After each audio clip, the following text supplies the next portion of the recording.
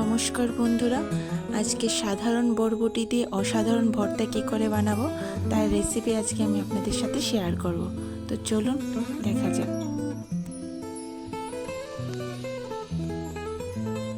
আমি এখানে কিছু বরবটি ধুয়ে নিয়েছি ছোট ছোট করে কেটে, এবং বরবটির সাথে আর কী কী লাগছে আমি দেখিয়ে দিচ্ছি।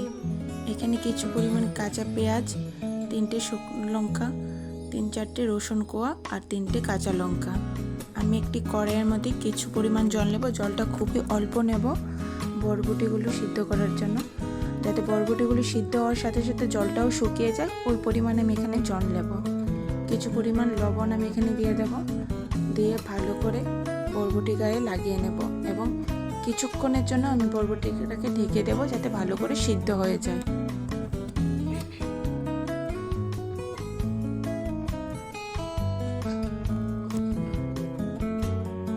আমার এখানে বরবটিটা সিদ্ধ হয়ে গেছে এবং দেখুন জলটাও মোটামুটি শুকিয়ে গেছে। এখন আমি বরবটিগুলিকে ভালো করে সিদ্ধ করে নিয়েছি। এখন আমি বরবটিগুলিকে নামিয়ে নেব।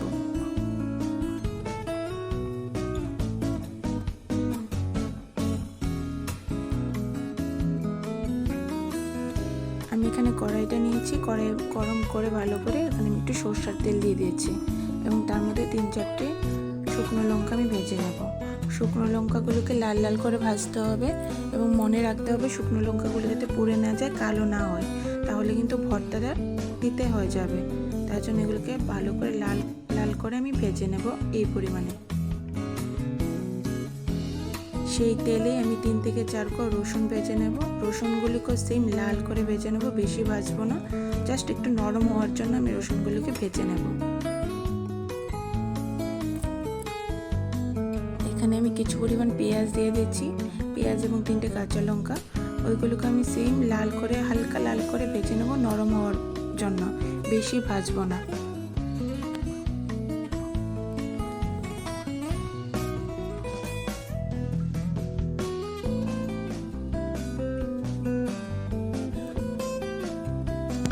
এখন আমি 3টে শুকনো লঙ্কা নিয়েছি, এবং শুকনো লঙ্কাগুলিকে হাতের সাহায্যে আমি ভেঙে নিচ্ছি, এবং ভালো করে লবণ দিয়ে শুকনো লঙ্কাগুলিকে হাত দিয়ে মিক্সড করে নেব।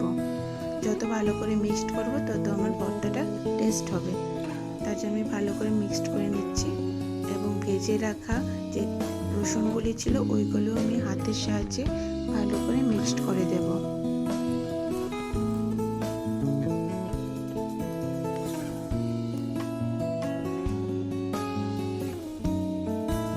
ভেজে রাখা পেঁয়াজগুলো আমি এখানে ভালো করে মিক্সড করে নিচ্ছি।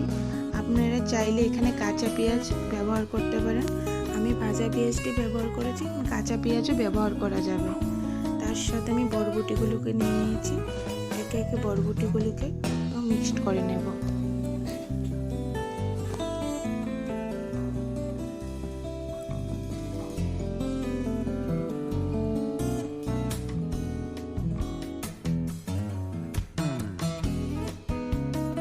এবং সব শেষে আমার যেটা লাগবে সেটা হচ্ছে সরষের তেল।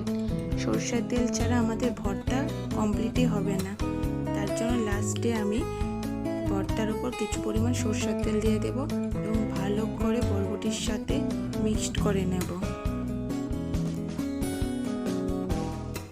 কেমন লাগলো আমার এই সাধারণ বরবটি দিয়ে অসাধারণ ভর্তাটা কমেন্ট করে জানাবেন।